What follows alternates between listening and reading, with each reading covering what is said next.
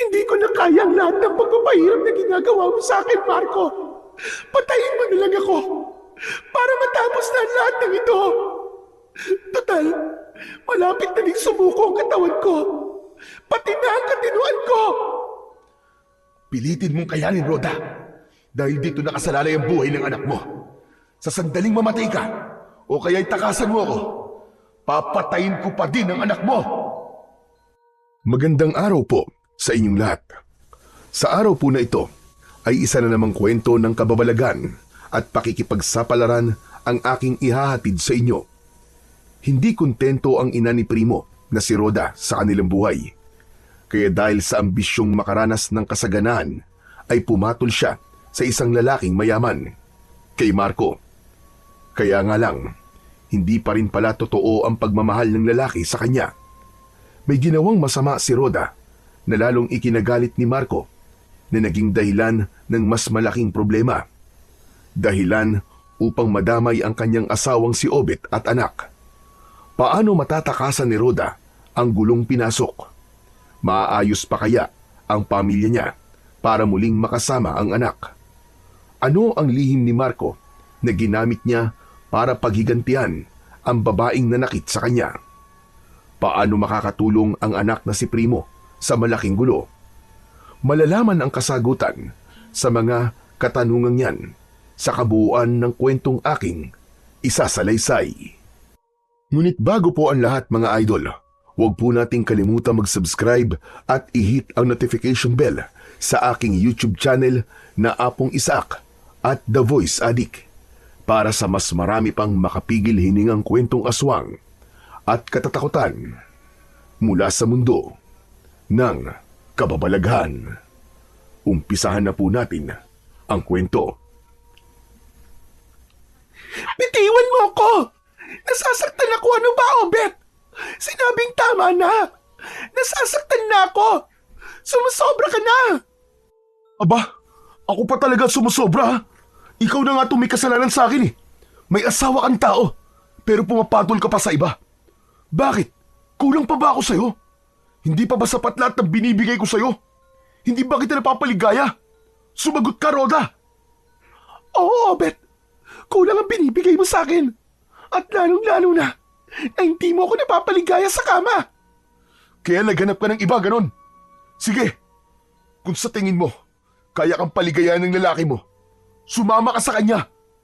Pero itong tatandaan mo, hindi mo na makikita ang anak mo. Wala ka ng karapatang maging nanay niya.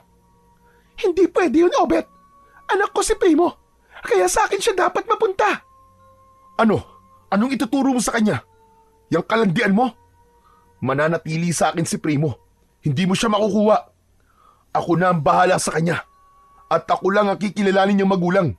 At ikaw, makakaalis ka na sa bahay na to. Sumama ka na doon sa lalaki mo. Isa-isang inihagis ni Obet ang mga damit ni Rhoda sa labas ng bahay. Nakaluhod siyang umiiyak habang pinupulot yun sa lupa.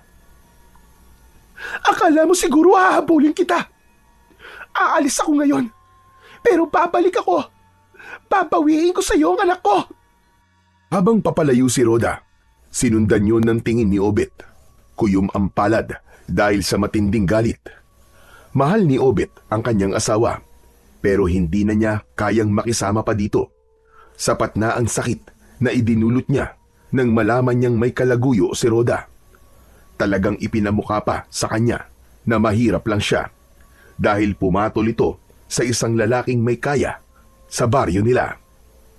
Samantala, dala ang mga damit niya. Naglakad si Rhoda patungo sa bahay ni Marco. Siya ang lalaking kinahuhumalingan niya ngayon. Guwapo, maganda ang pangangatawan, at higit sa lahat, maraming pera. Nagmamay-ari siya ng halos kalahati ng lupain sa baryo. Nakikisaka lamang sa kanilang bukirin ang karamihan sa baryo, kaya kahit sino ay talagang magkakagusto sa lalaki. Oh, anong ginagawa mo dito sa bahay ko, Rhoda? Bakit dala mo mga damit mo? Dito na ako titira mula ngayon. Nang uuyam ang mga tinging pinakawalan ni Marco nang marinig ang mga sinabi ni Rhoda. Sis, sa tingin mo ba ay papayag ako sa gusto mo mangyari. Bakit hindi? Dahil nandito na ako sa bahay mo. Wala nang pipigil sa atin. Makukuha mo na ako anumang oras na gusto mo. Wala nang istorbo. Wala akong balak na magkaroon ng seryosong relasyon sa'yo, Rhoda. Anong ibig mong sabihin? Ang gusto ko lang ay may kalaro ako sa kama. Yun lang yun. Bagamat naging totoo si Marco sa kanyang sinabi, baliwala yun kay Rhoda. Pero may ibang kilig sa kanya ang huling sinabi ng lalaki. Isa yun sa dahilan kung bakit niya niloko si Obet dahil sa pagkukulang nito na ibigay ang pangangailangan niya sa kama. Kung ganon, pwede na tayo maglaro ngayon. Umpisahan na natin. Yan ang gusto ko sa'yo eh. Hindi ka na nagpapakipot pa. Halika nga dito. Nanggigigil ako sa'yo eh. Aray! Ano ka ba, Marco? Ang higpit naman ng hawak mo sa bewang ko eh. Hindi na ako makapaghintay eh. Nanggigigil na talaga ako sa'yo. Napuno ng tili at pagtawa ni Rhoda ang kwarto ni Marco. Hindi alintana ng dalawa ang iniwang asawa ng babae. Ang mahalaga sa kanila ng oras na yon ay ang maibigay ang tawag ng laman at ang makamundo nilang pagnanasa. Matapos nilang pagsaluhan ang hanap ng kanilang katawan na isang kasalanan, bumangon si Marco para maligo. Nang sandaling yun ay nakaidlip na si Rhoda dahil sa matinding pagod. Naalimpungatan siya dahil sa pagtunog ng cellphone ni Marco. Nakapatong yun sa mesa, katabi lang ng kama. Kaya iniunat na lang niya ang kanyang kamay upang makuha ang naturang cellphone. Mirna! Bakit siya tumatawag kay Marco? Akmang sasagutin na sana niya ang cellphone nang biglang lumabas si Marco sa banyo. Oh, bakit tawag mo ang cellphone ko? May tumatawag sa'yo habang naliligo ka. Hindi umimik si Marco.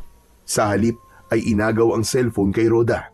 Saka tinignan kung sino ang tumawag sa kanya. Pagkatapos ay matalim ang tinging ipinukol sa babaeng nasa kama. Sa susunod huwag mong pakikialaman ng mga gamit ko. Pinagbabawalan mo ba ako? Oo, dahil wala kang karapatang hawakan ng gamit ko. Lalo na to cellphone ko. Ano pala ako sa buhay mo kung ganon? Para saan pa relasyon natin kung ganyan ang trato mo sa akin? Dahil ba, may iba ka pang babae? Si Mirna ba? Siya ba ang babae mo? Anong babae ang sinasabi mo? Saka anong relasyon ng pinagsasasabi mo, Rhoda? Wala tayong relasyon. Unang kita pa lang natin ay ibinigay mo na agad sa akin ang sarili mo. Pangkama lang ang ugnayang meron ako sa'yo at nilinaw ko na sa'yo kanina yan. Wala akong balak na magkaroon ng seryosong relasyon sa'yo dahil hindi kita mahal. Walang iya ka! Si Mirna ba? Siya ba ang tunay mong mahal? Yung tungkol naman kay Mirna, wala ka ng pakialam doon. Hayop ka! Manloloko! Bayad ka sa lahat ng serbisyong ginagawa mo sa akin. Kaya wala kang karapatang magreklamo. Sobra-sobra pa nga ang binabayad ko sa'yo eh. Yun lang ba talaga ang gusto mo sa akin? Pangkama lang? Pampalipas oras? Oo. Ano pa bang inaasahan mo? May asawa at anak ka na. Ginamit lang kita kasi maganda ka. Maganda ang hubog ng iyong katawan kahit may anak ka na. Makinis ang balat. Saka talagang magaling ka sa kama. Pero hanggang doon lang yun. Wala nang iba. Walang iya ka! Iniwan ko ang pamilya ko dahil akala ko masasandalan kita. Akala ko handa mo akong panindigan. Pero itatapon mo lang pala ako. Wala akong sinabing iwan mo si Obet, Gunggong. Ikaw ang kusang pumunta dito. Dahil alam na niya lahat. Nabasa niya mga message mo sa cellphone ko. Aba, kasalanan mo yan dahil di ka nag-iingat eh. Pero baka sabihin mo ay wala talaga akong puso. Papipiliin na lang kita. Dito ka titira sa bahay ko. Pero sa kwarto ka ng katulong tutuloy. Tamang-tama. Wala na akong katulong eh. Kaya mag-isa na lang ako dito. Ayos pa din yun. Makakasama mo pa din ako. Lalo na kapag kailangan ko ang katawan mo. Kasi pupuntahan kita doon. O kaya baka gusto mong, yun na nga, bumalik ka na lang sa asawa mo. bang akala mo sa akin, tanga?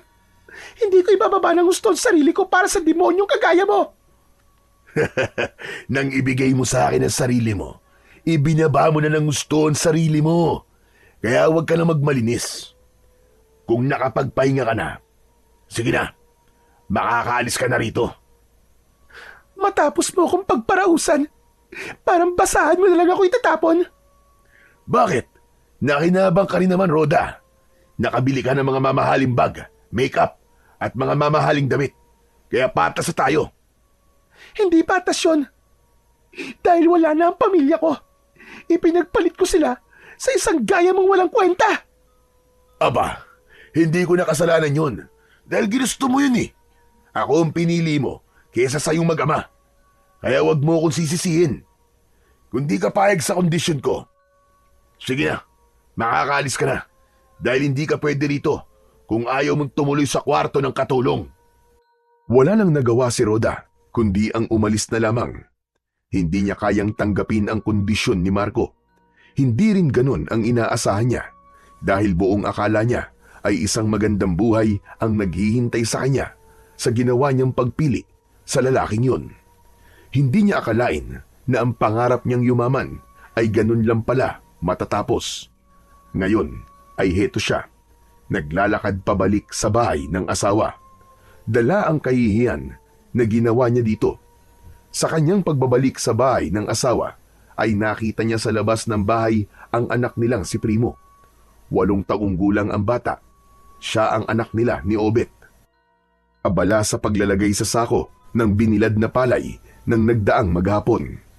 Walang kaalam-alam ang bata sa naging problema nila ng kanyang tatay. Primo, anak, andyan ba sa loob ng bahay ang tatay Obet mo? Opo, Nay. Nasa kusina po siya. Nagluluto po ng hapunan. Pwede mo ba siyang tawagin, anak? Gusto ko siya makausap. Pumasok na po kayo dun sa loob ng bahay, Nay. Hindi mo kasi naiintindihan, anak eh. Pinalayas na ako ng tatay mo. Sabi po ni tatay, kinalolo't lola po muna kayo titira. Pero wala po siyang sinabi sa akin na pinalayas ka po niya. Ganun ba, anak? Napakabait talaga ng tatay mo. Halos maluwa si Rhoda ng sandaling yun.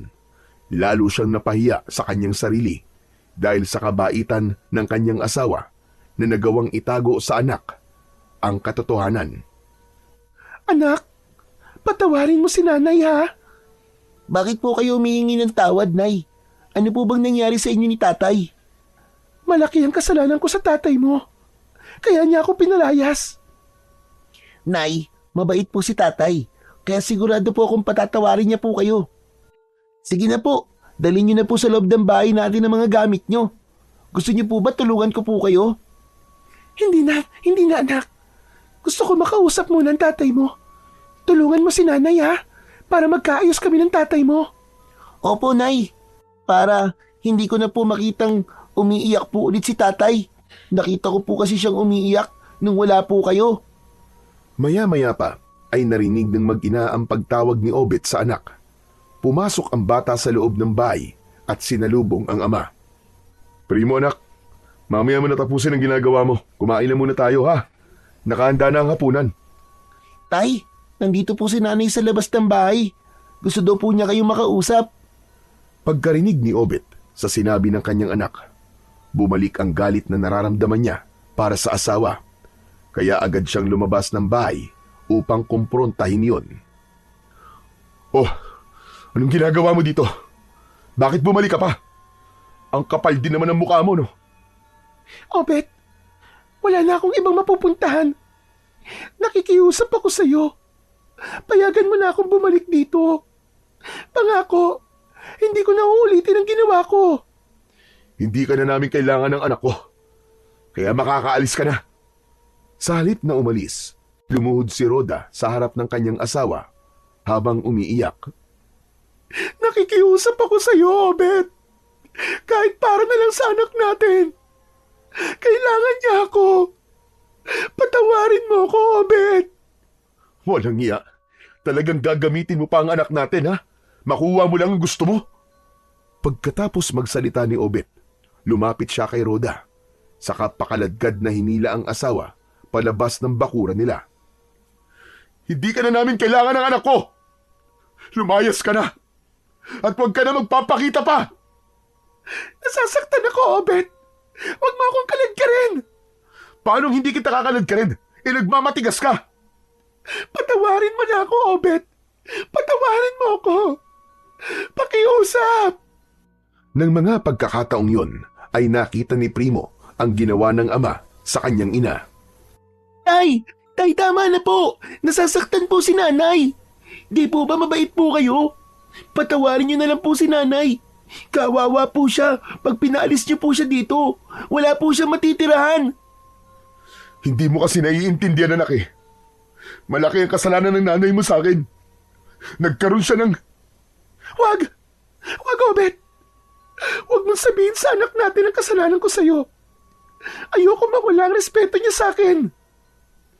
Gusto mo palang manatili ang respeto sa'yo ng anak mo. Bakit ka gumawa ng kalokohan? Tapos ako palalabasin mo masama sa paningin ng anak natin? Hindi ganun yun, Obet. Hindi yan ang ibig kong sabihin. Pero yan ang pinapalabas mo eh. Dahil sa ginawa ko sa'yo ngayon. Uulitin ko, Roda. Umalis ka na. Nang tangkang muling kakaladkarin ni Obet si Roda, iniharang na ni Primo ang kanyang sarili. Yumakap ito ng maigpit sa kanyang ina. Tay! Hindi ko po kayang mawalay si nanay dito. Pakiusap po. Huwag niyo po siyang paalisin. Sige na po, tay. Mapait na ngiti ang pinakawalan ni Obet ng sandaling yon. Nagtagumpay ang kanyang asawa na gamitin ang anak nila. Hindi niya kayang saktan si Primo, kaya hinayaan na lang niya ito. Bahagya lang siyang lumapit kay Roda sa kamay kung anong ibinulong. Akala mo siguro nanalo ka na, no? Papayagan kita tumira ulit sa bahay na to. Pero titiyakin ko, ikaw na din ang kusang aalis dito. Dahil gagawin kong impyerno ang buhay mo. Yan ang kapalit ng pagtataksil at sakit na ibinigay mo sa akin. Simula nung magkaroon ka ng relasyon sa ibang lalaki. Inupad ni Obet ang bantang binitiwan niya sa kanyang asawa. Naging malamig ang pakikitungo niya dito. Hindi niya ito madalas kausapin. Hindi siya tumatabi sa pagtulog sa kanyang asawa. Madalas ay sa kwarto ni Primo siya natutulog. Minsan ay sa salas na lamang. Kung dati hindi siya umiinom ng alak, pero ngayon, gabi-gabi na siyang lasing. Yan ang mga pagbabago ni Obet na pilit na lang tinatanggap ni Roda. Lasing ka na naman, Obet. Bakit ba? Wala kang pakialam. Saka itong pag-inuminom ko ay para makalimutan ko ang sakit na ginawa mo. Kaya kailangan kong gawing manhid sa sarili ko. Isa pa, nagpapalibas lang naman ako ng oras Nagbago ka na talaga. Tigilan mo na nga ang pag-inuminom mo. Makakasama yan sa kalusugan mo eh. Kailan mo pa naisip ang kalusugan ko, ha? Huwag kang magkunwari na mabuti kang asawa. Hindi bagay sa'yo, huy. Hanggang kailan ka ba magiging ganyang kalamig ang trato sa akin, ha? Hindi ko na kayang ginagawa at pinapakita mo sa akin. Ako din naman, Rode. Hindi ko na kaya. Kaya pwede ba umalis ka na sa bahay na to? Nasasaktan ako sa tuwing nakikita kita. Naaalala ko yung panluloko ginawa mo sa akin. Hindi ko yung matanggap hanggang ngayon. Nandito pa rin ang sakit. Nandito! Binigay ko lahat ng kaya kong ibigay sa'yo. Nagtrabaho ko para maibigay ang lahat ng gusto at luho mo. Pero alam kong hindi pa rin sapat yun. Dahil mahirap lang ako. Pero ginawa ko lahat ng mga kaya ko para mapaligaya ka. Patawarin mo ko, Obet. Kalimutan mo na ang lahat ng nangyari.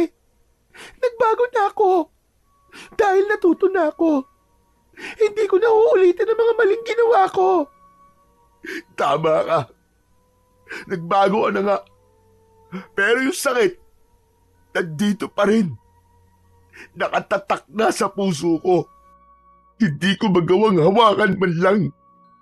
Dahil kapag sinusubukan kong gawin yun, Bumabalik ang sakit.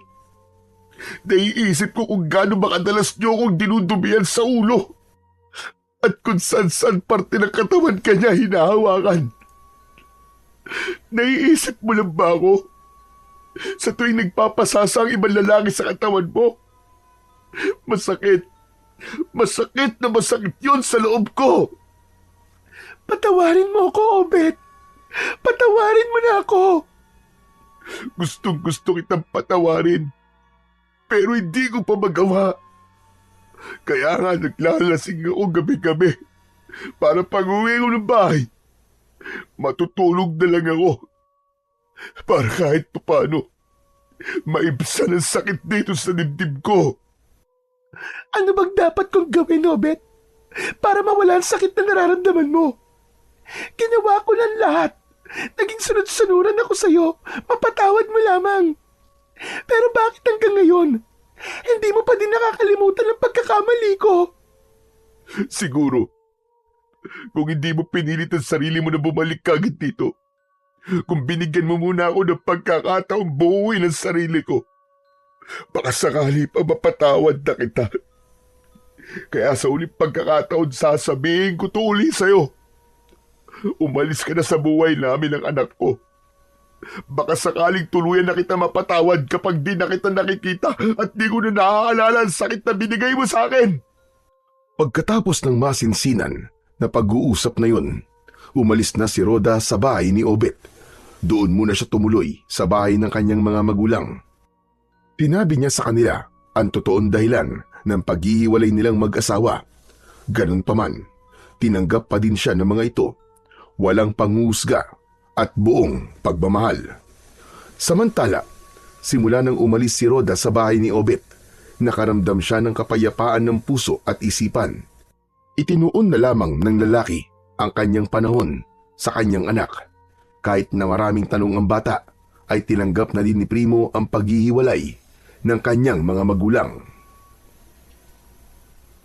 Tay, masaya na po ba kayo? Ngayong wala na po dito si nanay sa bahay natin? Kasi po, hindi na kayo madalas umiinom ng alak eh. Anak, kahit paano'y malungkot pa din si tatay.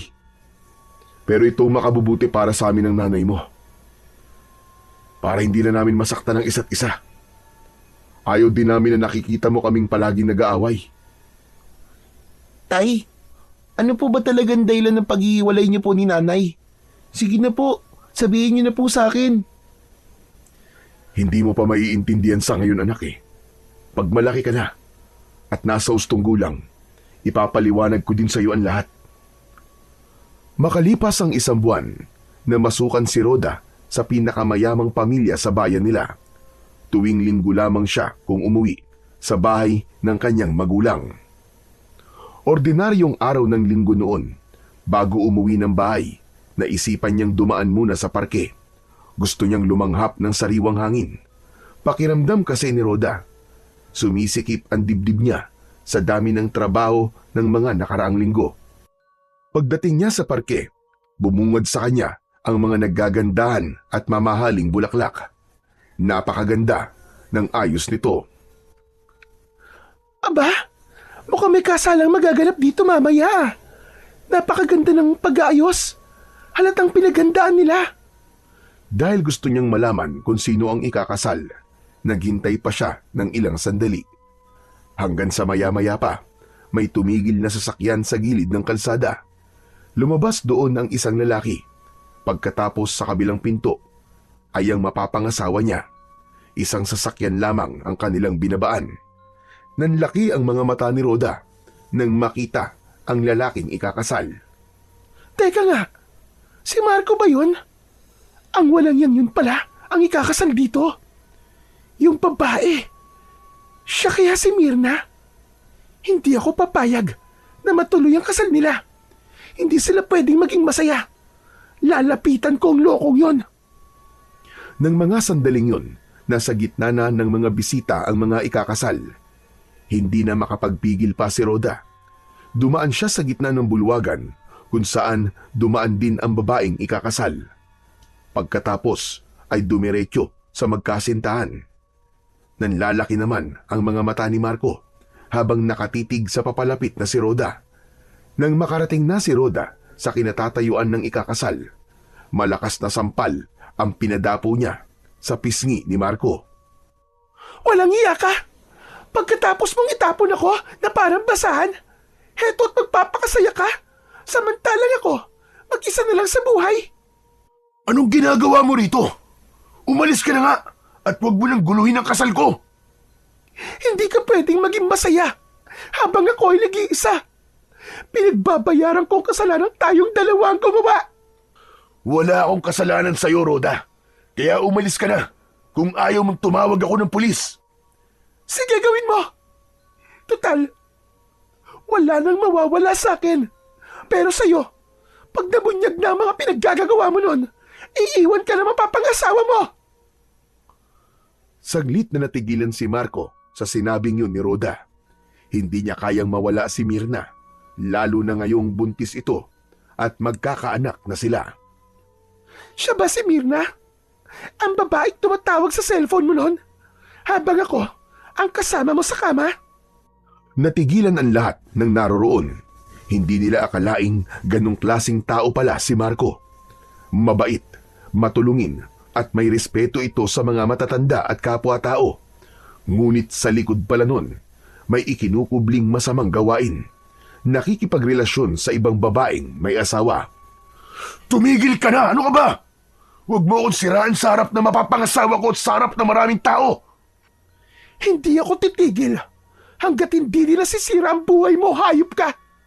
Kung paano nasira ang buhay ko, ay dapat ganun din ang sayo! Hindi na makayanan ni Myrna ang lahat ng kanyang naririnig, kaya nagtatatakbo ito patungo sa kalsada. Dahil sa nakatakip ng bagya ang mga palad niya sa kanyang muka, hindi niya napansin ang paparating na sasakyan. Nabunggo siya nun at tumilapon at nagpagulong-gulong sa kalsada ang katawan. Lahat ng mga taong naroroon ay napasigaw sa sobrang pagkabigla. Natakpan na lang ni Rhoda ang kanyang bibig ng kanyang mga palad sa pagkagulat dahil hindi niya inaasahan ang ganong pangyayari. Si Marco naman ay patakbong nagtungo sa mapapangasawa na nakahandusay sa gilid ng kalsada. Umaagos ang dugo sa ulo at ang suot na puting damit pangkasal ay namantsahan na ng dugo. Myrna! Myrna! Tulungan niyo ako! Dali natin siya sa ospital! Nagmamadaling kumilos ang isa sa bisitang naroon. Binuksan ang kotse ni Marco sa kabilang gilid ng kalsada habang binubuhat ni Marco si Myrna. Si Rhoda naman ay dahan-dahang lumakad papalayo sa lugar na yon. Naglakad siya na parang wala sa sarili. Hindi na niya inalintana ang mga masasakit na salitang binitiwan ng mga taong naroroon. Hanggang makarating siya sa bahay ng kanyang magulang, ay ganon ang itsura ni Rhoda. Tulala at umiiyak. Hindi nga niya namalayan kung paano siyang nakauwi. Oh, ano nangyari sa'yo?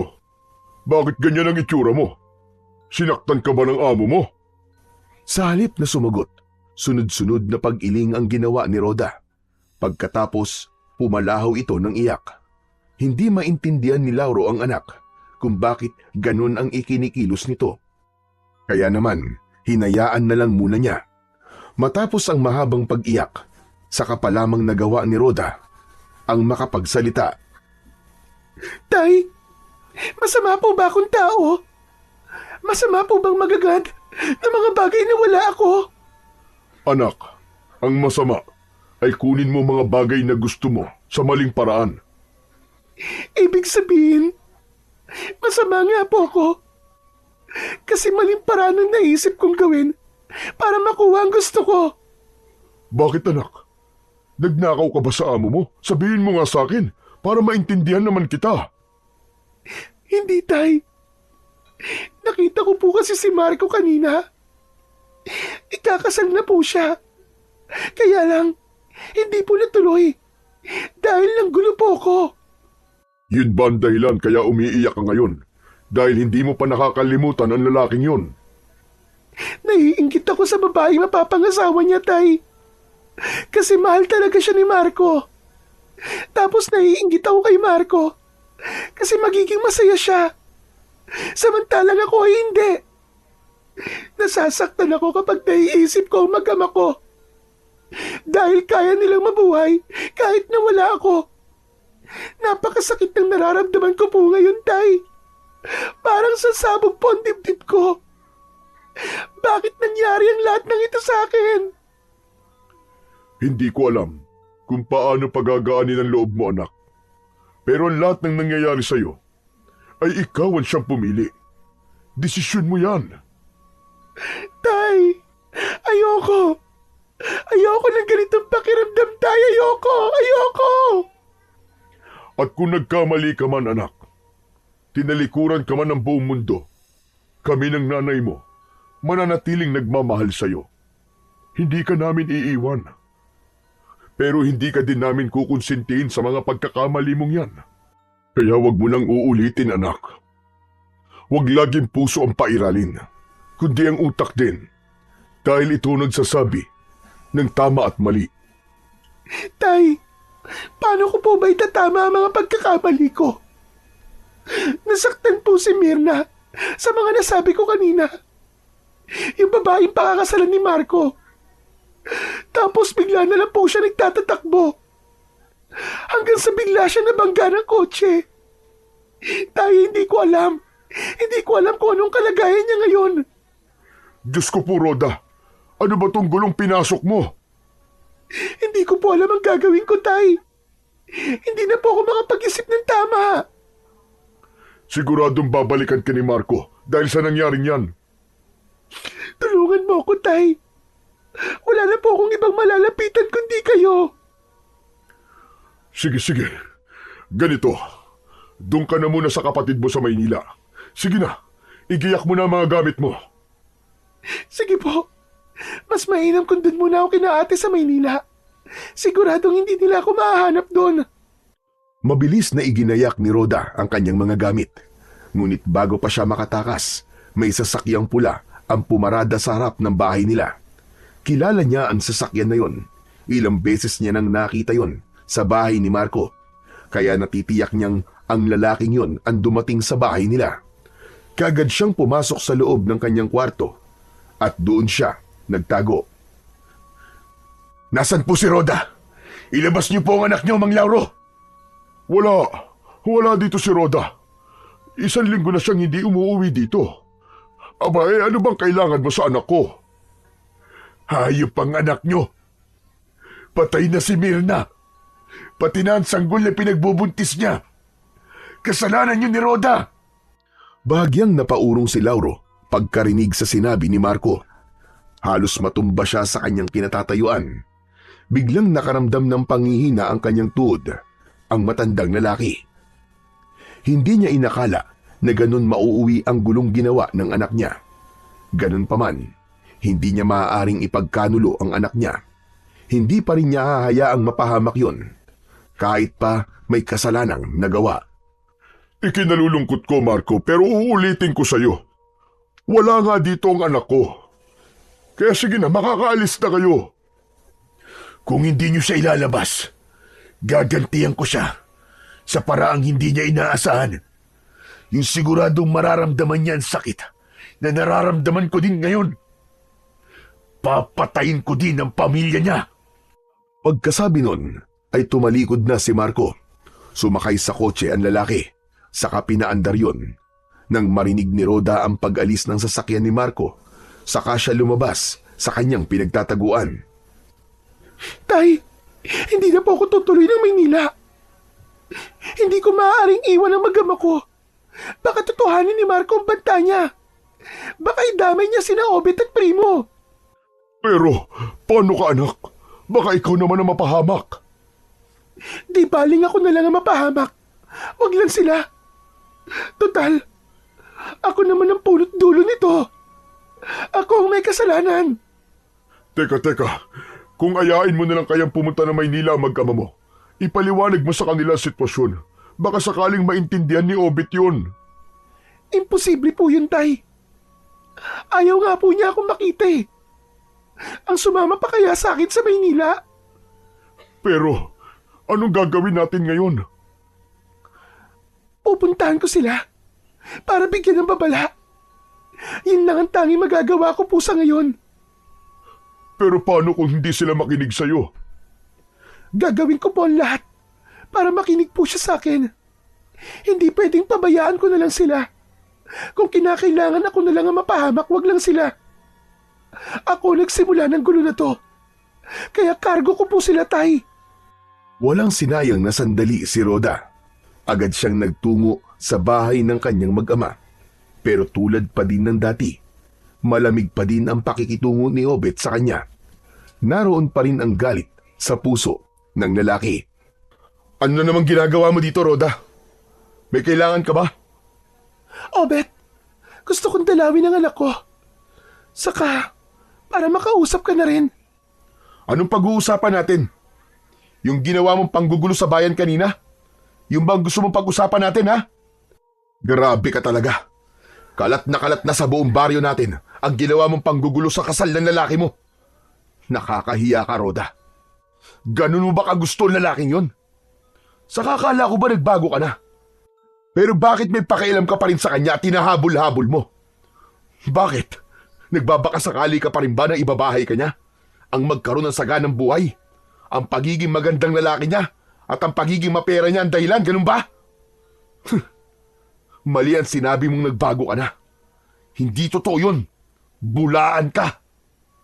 Pwede ba, Obet? Tama na. Makinig ka na muna sa akin. Saan ba nanggagaling ang tigas ng pagmumukha mo? Para humarap ka sa akin. At saka ano? Ano na naman kasinungalingan na sasabihin mo, ha? Sige na, Rhoda, umalis ka na. At isa pa, hindi ko ipapakausap sa'yo ang anak ko. Hindi ako aalis dito hanggat di mo ko pinakikinggan. Gusto ko lang nabalaan ka sa maaaring gawin ni Marco sa inyo, ng anak natin. Lintik naman na buhay to, Rhoda, oh. Hiwalay na nga tayo pero problema pa din ang ibibigay mo sa amin at madadamay pa ang anak ko. Kailan ka ba magbabago, ha? Kapag tuluyan na kami ng pahamak ni Primo? Patawarin mo na ako, Obet. Huli na to. Pag nalusutan ko to, aalis na ako sa baryong ito. Pupunta na ako sa Maynila. Magpapakalayo-layo. Pakinggan mo na lang muna ako, kahit ngayon lang. Malalim na buntong hininga ang pinakawalan ni Obet bago muling nagsalita. Pilit na pinakalmaan sarili bago muling humarap kay Rhoda. Sabihin mo na lahat ang gusto mong sabihin, Rhoda. Tapos makakaalis ka na. Obet, namatay si Mirna, yung mapapangasawa ni Marco. Kaya ngayon, pinagbabantaan niya ako. Napapatayin din daw niya kayo ng anak ko.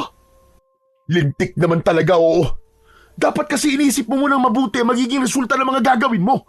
Para hindi ka napapahamak at para hindi din kami nadadamay ng anak mo. Kaya nga nagpunta ako dito para sabihin sa'yo at makapag-ingat kayo. Kaya kong protekta ng sarili ko at ang anak ko. Kaya makakaalis ka na. Walang nagawa si Rhoda kundi umalis na lang. Alam niyang hindi na siya pakikinggan pa ng dati niyang asawa. Pero ang mahalaga ay nasabi na niya ang dapat niyang sabihin.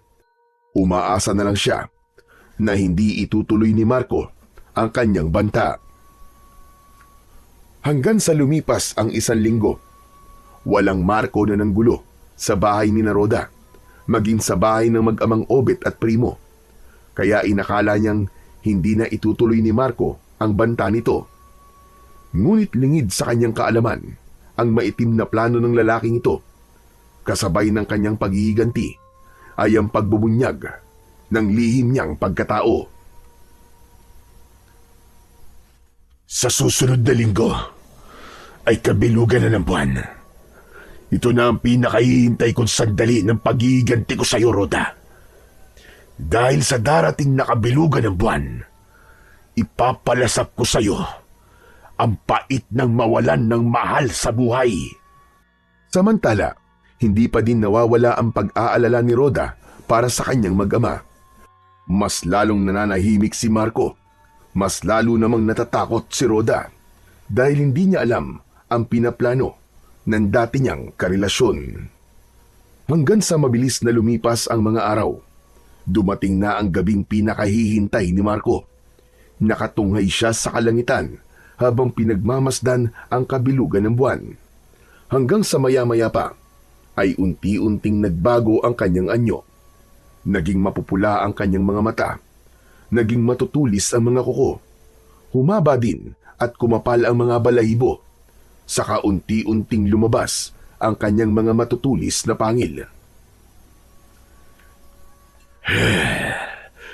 Ito na ang gabing pinakahihintay ko. Humanda ka, Rhoda. Papatayin ko din ang iyong mag-ama para maramdaman mo kung paano mawalan ng mga mahal sa buhay. Mabilis na tumakbo si Marco na isa ng ganap na aswang. Sa sobrang bilis niya ay parang lumilipad siya sa hangin. Patungo siya sa bahay ng mag-amang Obet at Primo. Nang makarating siya sa labas ng bahay ng mag-ama, umungol siya ng malakas at tumalon sa bubong ng bahay. Dahil sa malakas na kalabog sa bubungan, nagising ang natutulog na mag-ama sa loob ng bahay. Tay, ano po yung ingay sa bubong natin? Nakakatakot po. Huwag kang matakot, anak. Mga pusa lang yun na nag-aabulan. Teka, dito ka lang ha. Lalabas muna ako, titignan ko. Sige po, pero wag po kayo magtatagal, tay ah. Oo, sige. Basta, kahit anong mangyari, huwag kang lalabas dito sa kwarto hanggat hindi ko sinasabi. Tango ang isinagot ni Primo sa kanyang ama. Bago lumabas ng kwarto si Obet, may kinuha siya sa ilalim ng kanyang unan. Patalim yun na itinago niya doon bilang proteksyon. Inilalagay niya yun doon simula nung pinagbantaan ni Marco ang buhay nila, ayon naman sa sinabi ni Rhoda. Kahit paano ay nakinig pa rin siya. Nag-aalala siya na baka bigla na lang itong sumulpot sa kanilang bahay. Subalit lingid sa kanyang kaalaman, isang halimaw pala ang kanilang kalaban. Hindi basta taong may masamang balak lang sa kanila, kundi isang kampon ng kadiliman. Ano kaya yung maingay sa bubong namin? Ngayon lang nangyari na may nanggugulo sa amin ng anak ko. Habang patuloy sa paglalakad sa salas ng bahay nila si Obet, patuloy din sa paglalakad sa kanilang bubong ang naturang nilalang. Hanggang sa dumako na siya sa likod ng pinto ng kanilang salas. Naramdaman niya ang paglundag sa lupa ng nilalang. Doon naisip ni Obet na hindi basta pusa lang yun, kundi mas mabigat at mas malaki sa pusa. Malakas ang pagbagsak nun sa lupa kumpara sa isang maliit na hayop.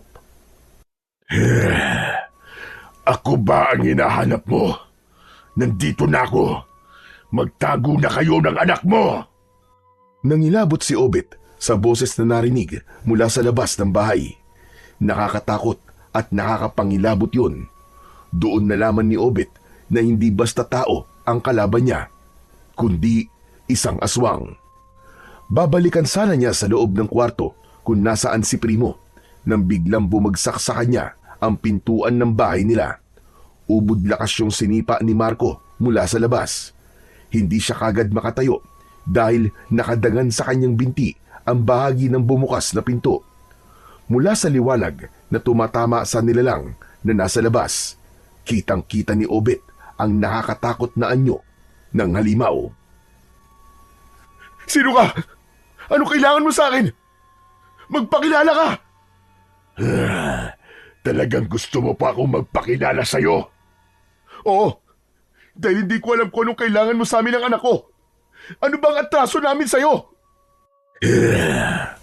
Ako si Marco. Narito ko para singilin si Rhoda sa kasalanan niya sa akin.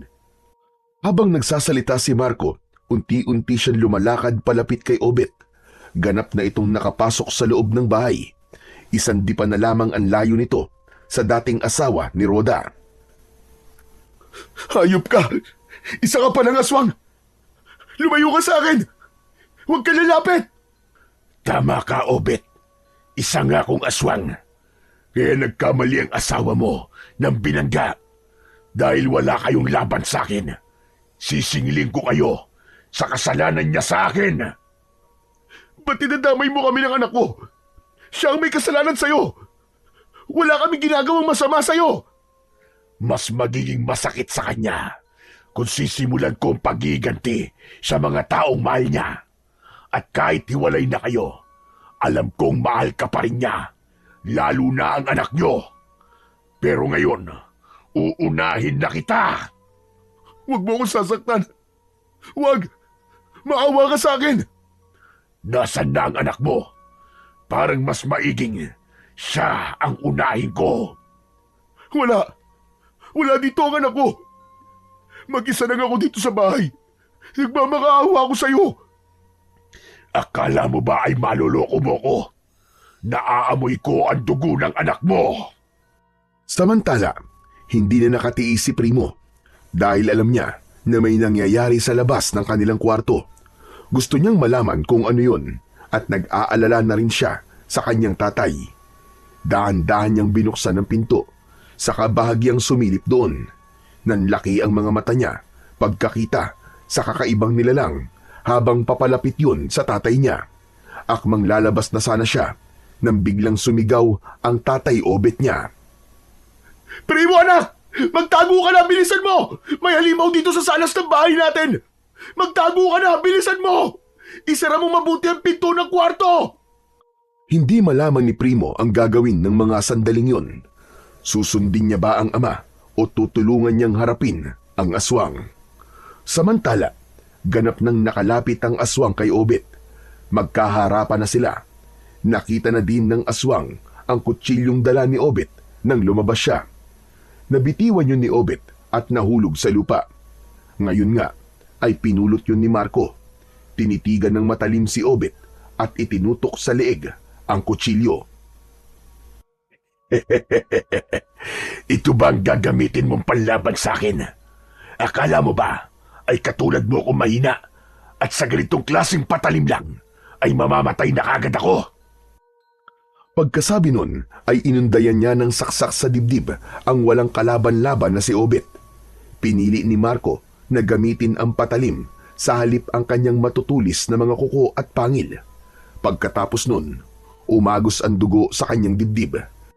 Saka diniinan pa ni Marco ang bahaging sinaksak niya upang mapiga ang sugat at lumabas ang dugo mula rito. Saka inilabas ang dila upang higupin ang dugong umaagos. Bakit kaya ayaw na sa'yo ng asawa mo? Masarap naman pala ang dugo mo. Hayop ka! Demonyo ka! Huwag kang mag-alala. Pag nawala ka na, hindi na maghihirap ang loob mo dahil sa ginawa sa'yo ng asawa mo. Siya ang may kasalanan sa'yo. Bakit kami ng anak mo ang gusto mong panusahan at pagbayarin sa kasalanan niya sa'yo? Wala ka na ron. Ako na ang nakakalam nun. Kaya huwag ka nang marami pang tanong. Ubod lakas na sinaksak ni Marco si Obet. Sunod-sunod ang ginawa niyang pagsaksak. Kahit saan na lang tamaan ang lalaki. Tumitilamsik ang dugo ni Obet sa bawat saksak na tumatama sa katawan niya. Lahat yun ay kitang-kita ng batang si Primo. Nakasilip siya ng bagya sa nakabukas na pintuan ng mga pagkakataong yun. Matapos ang di mabilang na pagsaksak ni Marco sa katawan ni Obet, dinukot niya ang puso ng kawawang lalaki. Pagkatapos ay kinain yun. Kasunod ay ang pagdukot sa atay, saka kinain niya rin. Hindi na makayanan pa ni Primo ang nakikitang sinapit ng kanyang ama, kaya isinara niya ang pinto ng kwarto, saka impit na umiyak doon. Awang-awa siya sa kalunos-lunos na kalagayan ng ama, kaya lamang ay wala siyang magawa. Tatay ko! Tay! Napakasama ng nilalang na yon! Pinatay yan, tatay ko! Dahil alam ni Primo na siya na ang isusunod ng aswang, umisip na siya ng paraan para makatakas. Habang abala pa sa panginginain ng aswang sa lamang loob ng tatay niya, kumilos na kagad si Primo para tumakas. Umakyat siya sa lamesang katabi ng papag na higaan.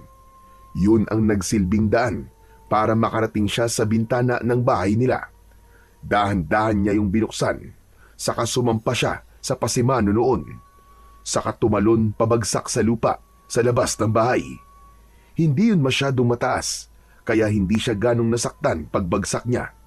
Nagpalinga-linga muna siya sa paligid, ngunit wala siyang makita, kundi puro kadiliman. Hindi ako pwedeng abutan ng aswang. Dapat ako makatakas sa kanya. Pero saan kaya ako pupunta? Kailangan ko makapagtago. Luminga muli sa paligid si Primo hanggang sa mapagawi ang tingin niya sa puno ng aroma sa gilid ng bahay nila. Bagamat maraming tinik yun, hindi niya yun alintana, makatakas lamang. Pinilit niyang umakyat sa puno kahit may mga tinik ito. Umaasa siyang hindi siya makikita ng aswang doon at hindi rin makakalapit dahil sa taglay na tinik ng mga sanga. Diyos ko, hindi ko alam kung tama ba tong dito ako magtago. Tulungan niyo po ako, Panginoon. Gusto ko pa pong mabuhay. Pagbabayarin ko po ang aswang sa ginawa niya sa tatay ko. Tulungan niyo po ako, Panginoon. Nagmamakaawa po ako sa inyo. Abot-abot ang panalangin ni Primo ng mga sandaling yun. Yun ang tanging sandata niya ngayon. Hanggang maya-maya pa ay lumabas na mula sa kanilang bahay ang lalaking aswang. Puno ng dugo ang nguso at ang buong katawan. May nakasabit pang bituka sa kanyang daliri. Bituka yun ng kanyang ama. Kitang-kita yun ng bata. Halos hindi humihinga si Primo habang iginagala ng aswang ang kanyang mga mata sa paligid. Lalo na nang tumapat ito sa puno kung saan siya nakatago. Hindi na umalis ang tingin ni Primo sa aswang hanggang sa unti-unting dumako ang paningin nito sa itaas ng puno at magtama ang kanilang paningin. Napangisipan ng bagya ang aswang nang makita siya roon. Napakadali mong hanapin, bata ka. Hindi mo na ako pinahirapan pa. Hindi na napigilan pa ni Primo ang kanina pa tinatagong emosyon. Pumalahaw ito dahil sanhi ng matinding takot. Wag! Wag mo akong sasaktan, halimaw ka! Pinatay mo ang tatay ko! Ikaw na ang isusunod ko, bata. Pero para masaya, maglaro na muna tayo. Kunwari ako ang taya. Hintayin mo ko dyan sa taas ng puno. Wag! Wag! Saklolo! Tulungan niyo ako! Iniambana ni Marco ang kanyang mga paa para umakyat sa puno. Subalit sa bawat pag-apak niya, dumadaos-dos siyang muli pababa. Hindi man alam ni Primo kung bakit ganun ang nangyayari sa aswang, ngunit kahit paano ay nakaramdam siya ng pag-asa. Para bang may himalang nagaganap ng mga oras na yun. Kaya ipinagpatuloy niya ang pagsigaw mula sa itaas ng puno. Umaasa siyang may mga kapitbahay na makakarinig sa kanya. Samantala, dahil sa hindi makaakyat si Marco sa puno, nagbago uli siya ng anyo. Mula sa pagiging nakakatakot na aswang ay naging isa siyang malaking ibon upang makarating sa kinaroroonan ng bata. Dahil doon, nataranta ang batang si Primo. Alam niyang madali na siyang mapupuntahan sa taas ng puno dahil nakakalipad na ang aswang. Kaya dahil sa labis na takot, napahawak siya sa malaking tinik ng puno ng aroma. Pagkatapos ay biglang lumiwanag ang sanga ng puno. Dahil sa liwanag na yun, nahirapang lumapit sa kanya ang aswang na nasa anyong ibon. Nasisilaw siya sa liwanag. Maya-maya pa, naglabas ang puno ng mabangong amoy ng mga bulaklak na kulay dilaw. Ngunit ang amoy na yon ay kabaligtaran sa pang-amoy ng aswang. Nakakasulasok yun para sa kanila. Nang akmang lilipat na sa ibang sanga si Primo, biglang naputol ang tinik ng puno ng aroma na kinakapitan niya. Saka biglang umilaw yun hanggang sa unti-unting humaba yun at naging isang espada. Nagulat at hindi makapaniwala ang bata sa hiwagang nagaganap na yun. Subalit yun ang sagot upang magawa niyang harapin ang aswang na nasa anyo ng isang malaking ibon. Sige! Lumapit ka ngayon sa akin, aswang ka! Patay ka sa akin! Tatadtadin kita! Dahil sa kakaibang nangyari sa puno, hindi makalapit ang aswang na si Marco kay Primo. Nanatili itong lumilipad sa ere habang iniisip ang sunod niyang gagawin. Tinamantala naman yun ni Primo upang muling humingi ng tulong. Patuloy siya sa pagsigaw sa pag-asang magigising ang kanyang mga kapitbahay. Nang sa gayon ay may tutulong sa kanya. Mga kapitbahay! Saklolo! Tulungan niyo ako! May aswang dito! Gusto akong patayin! Tulungan niyo ako! Talagang pinapahirapan mo kung asungot ka. Gustong-gusto na ng aswang na makalapit kay Primo ng mga sandaling yon, kaya tinangka niyang haltakin ang batang nasa puno gamit ang kanyang mahahabang kuko. Subalit, nang akmang lalapit na siya, inihagis ni Primo ang kanyang hawak na tinik ng aroma na naging espada. Tumama yon sa pakpak ng aswang, sanhi para mahirapan itong lumipad at tuluyang bumagsak sa lupa. Nang mga sandaling yon, lumabas ang ilang kapitbahay ni Primo. Isa na doon ay si Kapitan Hugo. Nagising siya sa malakas na sigaw ng bata kaya nagtungo siya roon. Nasaksihan ng mga taong lumapit kung paanong nakipaglaban ang batang si Primo sa aswang. Primo, bumaba ka na dyan sa puno. Napatay mo na malaking ibon. Hindi na siya gumagalaw. Kapitan, lumayo po kayo sa kanya! Hindi po yan basta ibon! Aswang po yan! Maya-maya pa ay nagbalik sa pagiging tao ang anyo ng malaking ibon. Nanlaki ang mga mata ng lahat ng nakasaksi. Totoo nga, aswang nga siya. Pero sino ang tawag ito? Nakadapa ang lalaking aswang kaya hindi nila kagad makilala. Nag-aalinlangan man, hinawakan ni Kapitan Hugo ang lalaking nakadapa sa lupa. Ginalaw nila ang ulo nito. Laking gulat ng lahat nang naroon nang makilala nila ang lalaking aswang. Si Marco yun na naging kabit ng asawa ni Obet. Hindi ito gumagalaw dahil walang malay.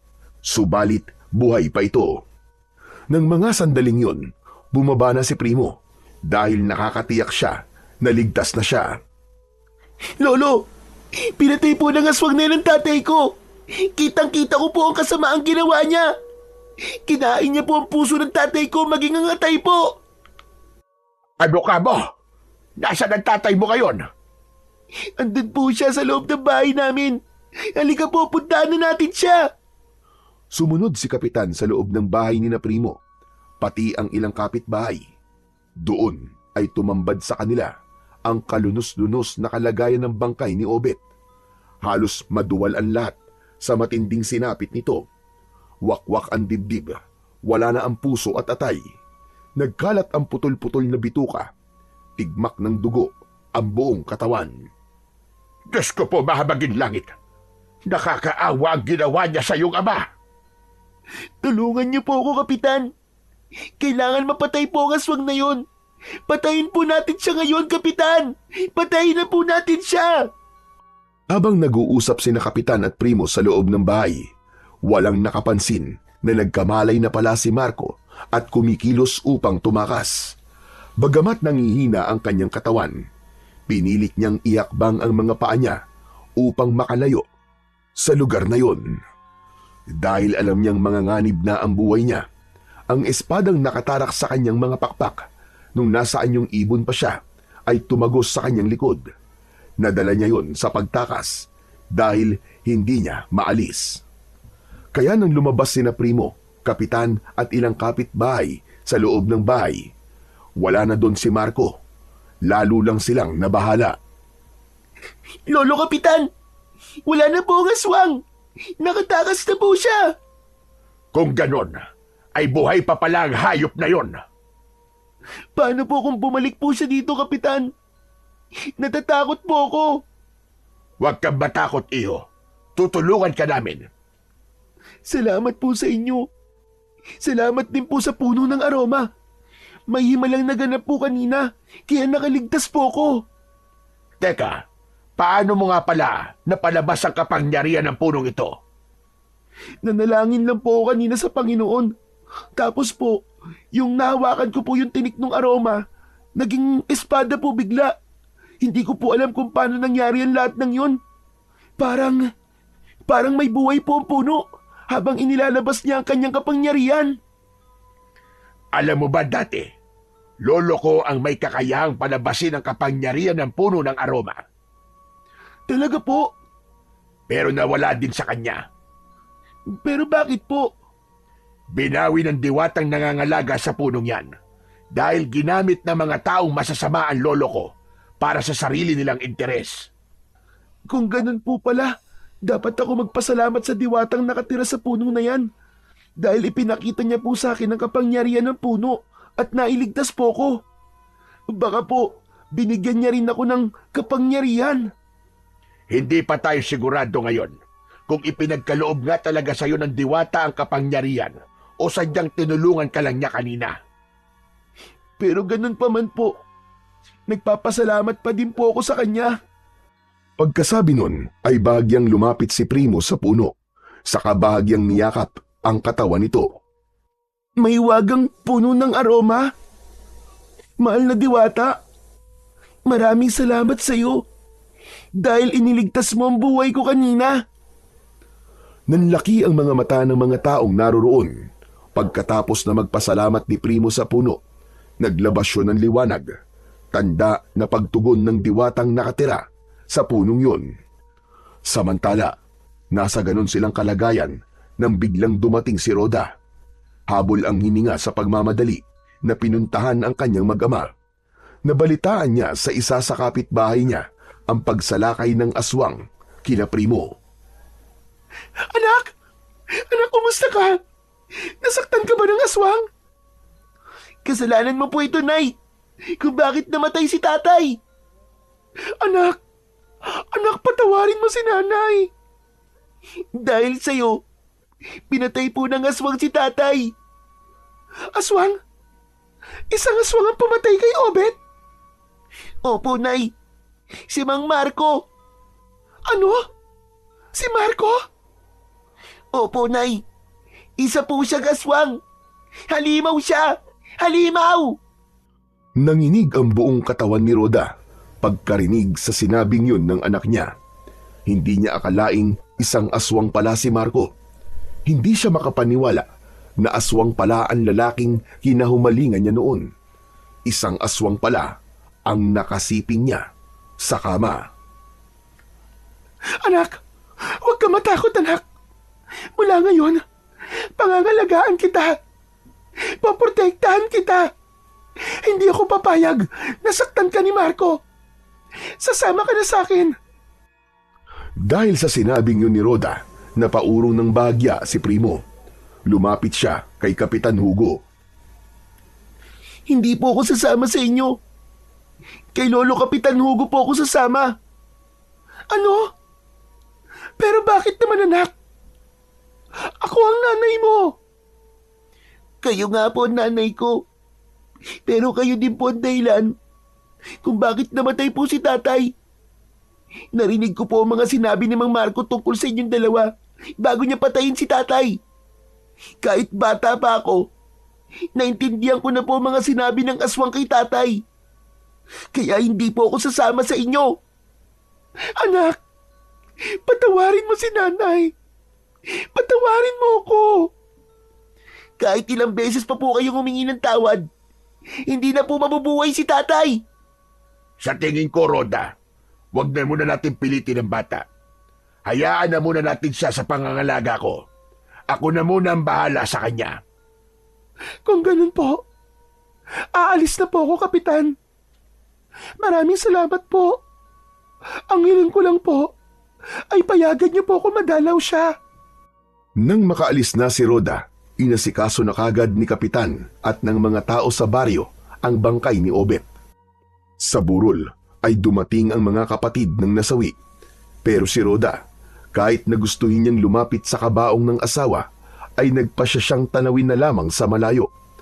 Ayaw niyang magkagulo pa dahil sa kanya. Samantala, si Marco ay hindi umuwi sa kanilang bahay, kundi pumirmi ito sa gubat kung saan ay meron siyang ipinatayong kubo.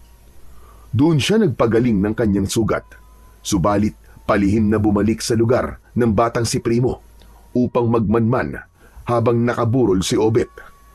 Pinag-aaralan niya kung paano maisasagawa ang planong pagpatay kay Primo. Magiging ganap lamang ang kanyang paghihiganti kay Rhoda kapag napatay na niya ang batang yun. Lalo na't mas masakit yun sa babae kapag nakitang walang buhay ang minamahal niyang anak. Matapos ang libing, bumalik na sa Maynila ang mga kapatid ni Obet. Dahil ayaw sumama ni Primo sa kanila, kaya iniwan na lang nila ito kay Kapitan. Kahit paano, ay inaalala rin ni Primo ang kanyang ina, kaya ayaw niyang umalis sa baryo. Sa kabila ng ginawa ng kanyang ina, ay di pa rin maalis na may pagmamahal pa rin dito ang bata. Kanina pa kita hinahanap, Primo. Ano bang ginagawa mo dito sa ilalim ng puno? Nalulungkot po ako, Kapitan. Naiisip ko po ang nangyari sa pamilya namin. Kahit ako ay nalulungkot din. Pero wag kang mag-alala. Narito lang ako palagi. Hinding-hindi kita pababayaan. Salamat po, Lolo Kap. Oh, bakit naiiyak ka na naman? Kasi po, naaalala ko po ang tatay ko sa inyo eh. Kasi bait niyo po kasi siya. Ikaw talagang bata ka. Kahit ako napapaluha na rin tuloy. Mabuti pa, para malibang ka, tuturuan na lang kitang gamitin ang espada mo. Ayos ba yun sa'yo? Po, yung tinik po ng aroma na naging espada sa katawan ng aswang nung tumakas po siya. Nadala po niya yun eh. Kaya humiling ka ng bagong espada sa puno ng aroma. Po, pwede po kaya yun? Aba, bakit hindi? Subukan mo. Dahil malapit lang sa kinaroroonan ng dalawa ang puno ng aroma, kaya tumingin sa puno ang bata. Ipinikit niya ang kanyang mga mata sa kataimtim na nanalangin. Ilang sandali pa, husang lumalaglag mula sa puno ang dalawang tinik ng aroma. Pareho yun na naging espada. Nanlaki ang mga mata ni Kapitan Hugo. Naisip niya na taglay na marahil ni Primo ang kapangyarihan ng puno at bigay yun ng diwata na naninirahan doon. Lolo Kap, ito na po ang dalawang espada oh. Makakapagsanay na po tayo. Oo nga, Apo. Halika na, umpisa na natin. Tiyak na matatakot na ang aswang na yon sa ngayon dahil meron ka ng sandatang magagamit laban sa kanya. Ngunit lingid sa kaalaman ng dalawa, lihim pala na nagmamanman sa hindi kalayuan si Marco. Nagngingit-ngit ito sa galit dahil sa hindi siya makalapit sa batang si Primo. Mas lalo na siyang mahihirapan ngayon dahil may taglay na itong kapangyarihan. Mukhang mahihirapan na akong patayin ng batang to ngayon dahil sa kapangyarihan ng espada. Kaya mag-iiba muna ako ng plano. Doon muna ako sa nanay niya makikipaglaro. Samantala, tuloy lang sa pagsasanay ang maglolo at nang makaramdam na ng pagod ay kusa silang tumigil. Lo, pagod na po ako. Bukas na po natin ituloy itong pagsasanay natin. Aba, ang bilis mo naman mapagod. Saan nyo nga po pala natutunan ng paghawak po ng espada? Sa lolo ko din. Di ba nabanggit ko na sa'yo? Nasa kanya dati ang kapangyarihan ng puno ng aroma. Kaya kahit paano ay naturuan niya ako noon. O paano, Apo? Bukas na natin ituloy ang pagsasanay natin, hane. Gumagabi na. Baka hinahanap na tayo ng Lola Berta mo. Ayaw niyang nawawala tayo ng matagal sa kanyang paningin. Matapos na makaalis ni Kapitan Hugo at Primo sa dating bahay ni Obet, umalis na din si Marco sa lugar na yon. Nagtungo siya sa bahay ni Naroda. Ang tagal mo namang dumating. Kanina pa ako naghihintay sa'yo dito eh. Anong ginagawa mo dito sa bahay namin? Paano ka nakapasok? Ang dali lang makapasok sa bahay mo. Sira-sira ang dingding. Tapos, dalawang matandang uugod-ugod pa ang mga bantay. Hayop ka! Anong ginawa mo sa mga magulang ko? Ayan, nanlaban sila. Kaya itinali ko muna. Gusto ko sanang gawing hapunan sila eh. Kaya lang, hindi masaya kung hindi ka muna magpapaalam sa kanila. Patakbong lumapit si Rhoda sa kanyang mga magulang. Magkatalikod silang itinali ni Marco sa kanilagyan ng busal na tela ang mga bibig. Nang makalapit siya sa dalawang matanda, agad niyang kinalagan ang tali at pinakawalan ang mga yon. Anong kailangan mo sa akin? Bakit ka ba nandito? Ikaw ang kailangan ko, Rhoda. Kailangan ko ng katabi sa kama. Dahil wala na si Myrna, di ba? Kaya wala na akong makakatabi. Kaya naisip kong, bakit hindi na lang ikaw?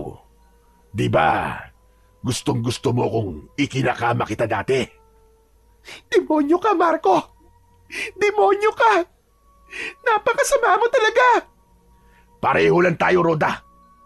Kaya pumili ka. Sasama ka sa akin o sasaktan ko mga magulang mo. Alam mo ang kaya kong gawin. Kaya ayusin mo ang pagpili mo. Huwag mong idama yung mga magulang ko. Lalong-lalo na ang anak ko. Kaya, sasama na ako sa'yo. Wag! Wag kang sumama sa kanya, anak! Wag! Tay, pag hindi po ako sumama sa kanya, baka saktan niya po kayo. Demonyo ang lalaking yan. Kaya baka tutuhanin niya ang kanyang banta.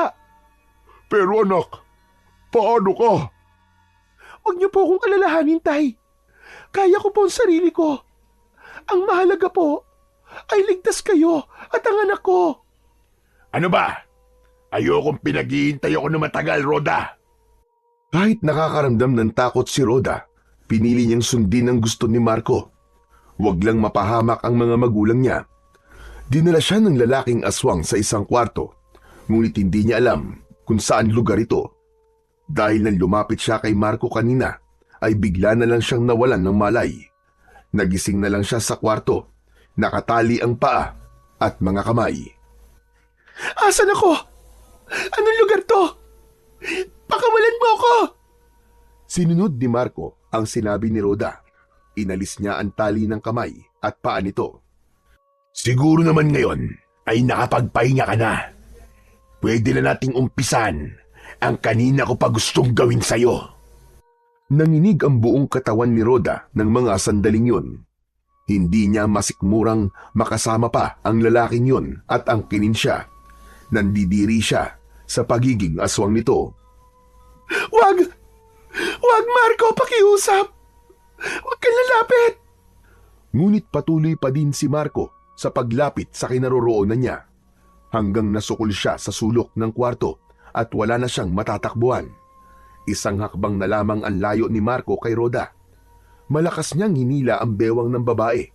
Subalit nagpipipiglas ito. Kaya mas lalong hinigpitan ni Marco ang pagkakahawak kay Rhoda. Saka pabalya siyang inihiga sa kama. Huwag mo na akong pahirapan pa. Kung ayaw mo makita ang tunay kong anyo. Pakita mo na sa akin ang totoo mong anyo upang makita ko kung gaano ka kasama. Kung ganon, pagmasdan mo kung mabuti. Pagkasabi nun, biglang nagbago ang anyo ni Marco. Lumabas ang mapupulang mga mata nito, mga matutulis na ngipin, at ang nakakasulasok na amoy ng laway mula sa bibig ng aswang. Hindi makapaniwala si Rhoda sa kanyang nasasaksiyan. Ito ang tunay na anyo ng lalaking paulit-ulit niyang nakakasama sa kama. Halos maduwal siya sa pandidiri sa anyo ng aswang na nasa kanyang harapan. Kung gaano ka demonyo ang anyo mo, ganon din ang ugali mo. Hayop ka! Sa mga sandaling yun ay pumaibabaw na si Marco sa katawan ni Rhoda. Kahit na nagpipibigla siya, hindi yun alintana ng lalaking aswang. Sadyang napakalakas nito. Habang nasa ibabaw niya ito, tumutulo ang mabahong laway nito sa katawan niya. Kaya tuluyan na siyang naduwal dahil sa labis na pandidiri. Subalit patuloy pa rin ang aswang sa ginagawa nito sa ibabaw ni Rhoda. Hinalikan nito ang buong katawan ng babaeng biyag niya. Dahil doon ay nawalan na ng malay si Rhoda. Isang mabigat na dahilan kung bakit kahit galit siya kay Rhoda ay hindi niya magawang patayin ito dahil sa tawag ng laman. Napapawi ng babae ang pangangailangan ng katawan nito. Subalit Gusto niyang pasakitan ito, kaya ibig niyang patayin ang mga taong malapit dito, lalo na ang anak na si Primo. Nagising si Rhoda na walang suot na damit. Nangangamoy ang mabahong laway ng aswang sa buong katawan niya. Wala na din si Marco sa tabi niya. Wala siyang nagawa kundi umiyak na lamang ng umiyak. Ilang sandali pa ay bumukas ang pinto at iniluwa noon si Marco. May dala siyang mangkok at baso na natatakpan ng puting tela. Gising ka na pala. Tamang-tama. Kakain na tayo. Hindi ako nagugutom. Ikaw na lang ang kumain yan. Sayang naman. Espesyal pa man din ang inihanda ko para sa'yo. Pagkasabi nun, ay binuksan ni Marco ang mangkok na dala niya. Tumambad kay Rhoda ang karne na hindi niluto at may dugo-dugo pa. Ayokong kumain yan. Hindi ako aswang na kagaya mo. Pilitin mong kainin yan. Kung ayaw mong magalit ako sa'yo. Hindi ko nga kaya. Ano ka ba? Hindi ako kumakain yan. Bahala ka kung ayaw mo. Mamamatay ka sa gutom. At pag nangyari yon, malaya ko nang mapapatay ang anak mo. Pero kung kakainin mo yan, hindi ko gagalawin ang anak mo. Hindi ko siya sasaktan. Basta susundin mo lang ang lahat ng sasabihin ko sa'yo. Akin na. Hayop ka talaga. Kakainin ko na yan. Basta tuparin mo ang lahat ng sinabi mo. Hindi mo sasaktan ang anak ko. Lalong-lalo na hindi mo siya papatayin. Yan ang gusto ko. Madali kang kausap. Ubusin mo na yung karne. Tapos, inimin mo ang dugong inihanda ko para sa'yo. Inubos ni Rhoda ang lahat ng inihain ni Marco sa kanya. Hindi niya alintana ang lasa at amoy nun. Para yun sa kaligtasan ng anak niya. Handa siyang magsakripisyo. Pagkatapos na maubos ni Rhoda ang dugo at karne, inilabas na niya ang mga pinaglalagyan nun. Maya-maya ay bumalik siya sa kwarto na may dalang damit. Kaninong mga damit yan? Kay Mirna. Sinusuot niya to pag pumupunta siya dito. Kung ganon, alam ni Mirna na isa kang aswang? Dahil kahit siya ay isang aswang din.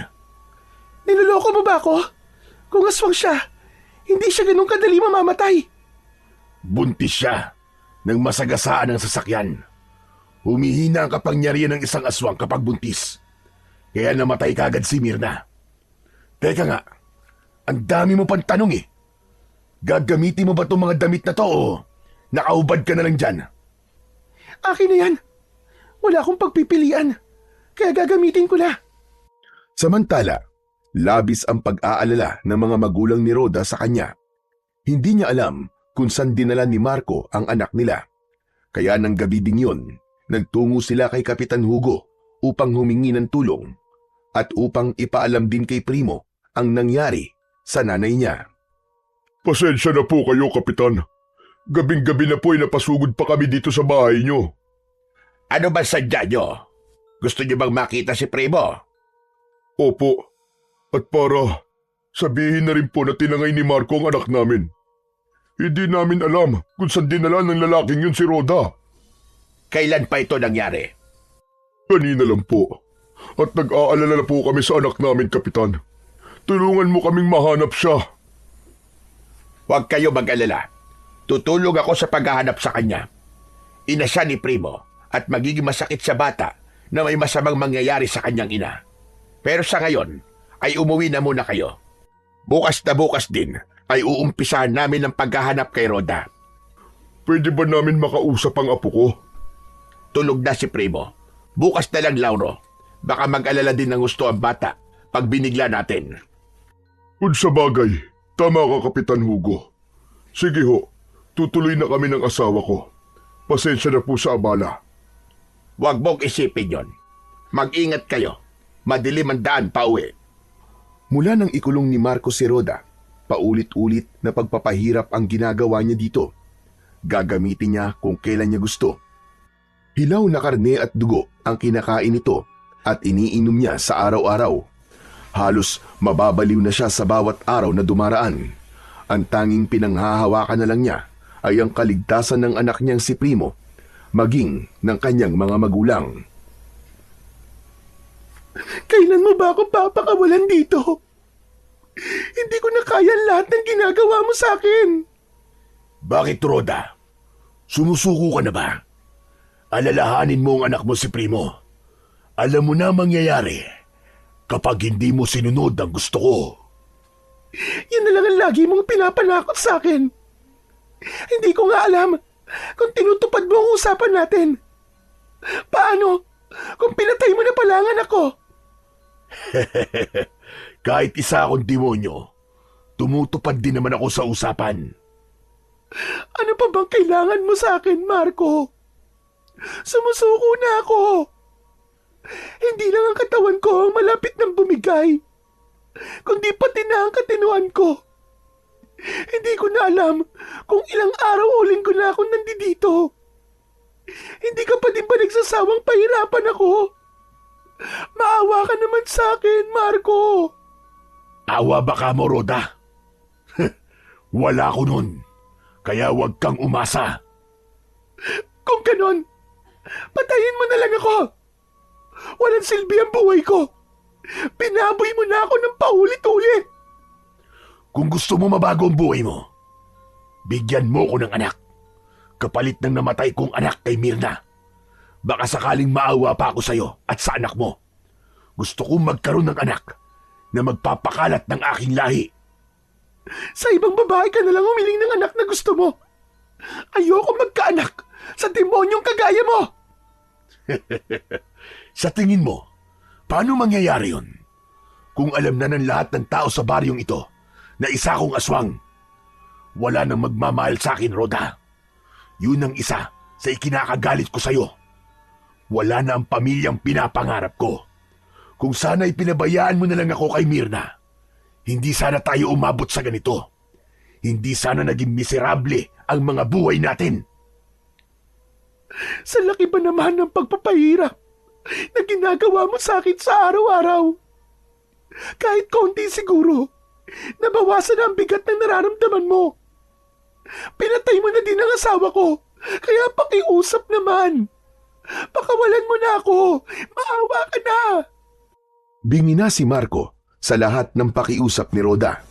Bato na ang puso niya sa sakit ng nararamdaman niya mula nang mamatay si Mirna at ang magiging anak niya. Kung meron mang kakaiba sa kanya, yun ay ang hindi saktan ang batang si Primo habang nasa poder niya si Roda. Subalit kapag tumakas si Roda, hindi siya magdadalawang isip na saktan sila pareho dahil hindi niya kayang makitang maging masaya ang mag-ina habang siya ay nag-iisa. Samantala, halos galugarin na ng mga magulang ni Roda ang buong kabundukan. Subalit hindi pa din nila matagpuan si Roda. Maging si Kapitan Hugo at Primo ay katulong din sa paghahanap. Subalit ilang buwan na ang lumipas, hindi pa din nila natatagpuan si Roda. Nawawalan na sila ng pag-asa na buhay pa ang hinahanap. Kapag pumupunta sila sa bahay ni Marco, matandang lalaki lamang ang naaabutan nila doon. Nagpakilala siyang katiwala sa bahay, ngunit hindi daw niya alam kung nasaan ang kanyang amo. Lolo Kapitan, buhay pa kaya ang nanay ko? Malakas ang loob ko, buhay pa siya, apo. Huwag kang mawalan ng pag-asa. Naawa po ako kina lolo at lola. Halos hindi na po sila nagpapahinga. Mahanap lang po si nanay. Kahit na masasakit po ang tuhod nila, pinipilit po nila. Ayoko pong makita na nahihirapan po sila ng ganun. Pwede namang wag na lang natin silang isama sa susunod. Pero kailangan bumalik na tayo sa kabundukan. Baka makita na natin siya. Pero baka po wala sila ron. Kasi po, parang hindi nagsasabi ng totoo yung naroon sa bahay ni Mang Marco eh. Nang gabing yun, nagkasundo sina Primo at Kapitan Hugo na magmanman sa bahay ni Marco. Dala ni Primo ang kanyang mahiwagan sandata upang kung sakaling mahuli sila ng aswang ay may panlaban sila. Nagtago sila sa isang malaking puno sa gilid ng bahay. Ilang oras na silang nakatayo doon, subalit wala pa din silang nakikitang kakaiba. Hanggang sa makita ni na Primo at Kapitan Hugo ang lolo at lola ng bata. Kausap ang matandang katiwala ng bahay. Lolo Kap, tignan niyo po. Sina lolo at lola po yun ah. Ano po kayang ginagawa nila dito? Oo nga no. Bakit kaya sila pinapasok sa loob ng bahay? Yung matandang lalaking katiwala po ang nagpapasok po sa kanila sa loob. Hindi. Duda ko ay nahuli silang nagmamanman. Dapat ay sumaman na lang sila sa atin. Dito din pala sila pupunta. Tama po kayo, Lolo. Tignan niyo po. Gustong suntukin ng matandang lalaki na yun ng lolo ko. Tulungan po natin sila, Lolo Kap. Maghintay muna tayo ng ilang sandali pa, Apo. Hindi tayo pwede magpadalos-dalos. Baka pati tayo ay mapahamak. Pag nagkataon, wala nang magliligtas sa kanila. Pero paano po kung mapahamak po sila lolo at lola? Akmang lalabas na sana sa punong pinagtataguan si Primo nang hindi inaasahang pangyayari ang kanilang nasaksiyan. Nagbago ang itsura ng matandang lalaking kausap ng lolo at lola niya. Naging anyo ni Marco. Nanlaki ang kanilang mga mata dahil sa kanilang nasaksiyan. Ang lalaking yon ay si Marco mismo. Nag-iiba siya ng anyo para hindi siya makilala ng mga tao sa baryo. Kung ganun po, Lolo Kap, dito lang po pala sa bahay na to itinatago ang nanay ko. Tama ka, Apo. Kaya mas maging maingat tayo. Lalo na't nadagdagan pa ang kailangan nating iligtas. Matapos na magpalit ng anyo si Marco sa totoong katauhan niya, itinali niya ang kamay ng mga magulang ni Rhoda. Pagkatapos ay piniringan ang mga mata ng dalawang matanda. Saka isinama ito sa harap ng tarangkahan ng bahay. Doon ay may kung anong iniangat sa sahig si Marco. Saka pinapasok doon ang lolo at lola ni Primo. Muling isinara ang pintong daanan. Matapos na maisara yun, nagmukhang sahig na lamang yun. Samantalang isa pala yung lagusan. Maaaring ang pinasukan nilang yon. Naroon ang nanay mo. Doon niya itinatago si Rhoda. May bahay po siya sa ilalim ng lupa. Maaaring hindi eksaktong bahay, Apo. Maaaring kwarto na pwedeng pagtaguan. Paano po kaya tayo makakapasok doon? Yan ang kailangan nating alamin. Patuloy din nagmanman sa paligid ng bahay sina Kapitan Hugo at Primo. Inalam nila kung may iba pang kasama roon si Marco. Nang wala na silang ibang taong nakita, lumabas na sila sa kanilang pinagtataguan. Umakyat si Primo sa gate ng bahay, saka pinagbuksan si Kapitan sa labas. Nang nasa loob na sila pareho ng bakuran, nagtungo sila sa lugar kung saan pumasok si Marco kanina lamang. Tinangka nilang iangat ang saig, ngunit napakabigat pala nun, ni hindi man lang yun gumalaw, sa kabila ng ubod lakas na puwersang ibinigay nila. Samantala, lalo namang sumiklab ang galit ni Rhoda kay Marco nang makitang kasama nito ang mga magulang niya pagpasok sa kwarto. Nakatali pa rin ang mga kamay, nakapiring ang mga mata. Anong ginawa mo sa mga magulang kong hayop ka? Sinaktan mo ba sila? Nakita ko silang nagmamanman sa bahay ko. Kahit na paulit-ulit ko na silang binalaan. Kaya eto, isinama ko na sila sa'yo. Para hindi na lagi nagtatanong ng kung ano-ano. Gusto nilang malaman kung anong ginagawa ko sa'yo. Mahirap magpaliwanag. Kaya ipapakita ko na lang sa kanila. Anong gagawin mo sa anak ko? Sumagot ka, hayop ka! Bago lumapit si Marco kay Rhoda, tinanggal muna niya ang piring sa mata ng dalawang matanda. Saka nagpatuloy siya sa paglapit kay Rhoda. Pagkatapos ay pumaibabaw siya sa babae. Nagpipipiglas si Rhoda, ngunit hindi kaya ng lakas niya ang lalaking nasa ibabaw niya. Nang mga sandaling yun, pumalahaw ang mga magulang ni Rhoda dahil sa matinding hinigpis. Wala silang magawa habang nilalapastangan ni Marco ang anak nila sa kanilang harapan. Nang matapos na siyang magpasasa sa katawan ni Rhoda, umalis siya sa ibabaw nito.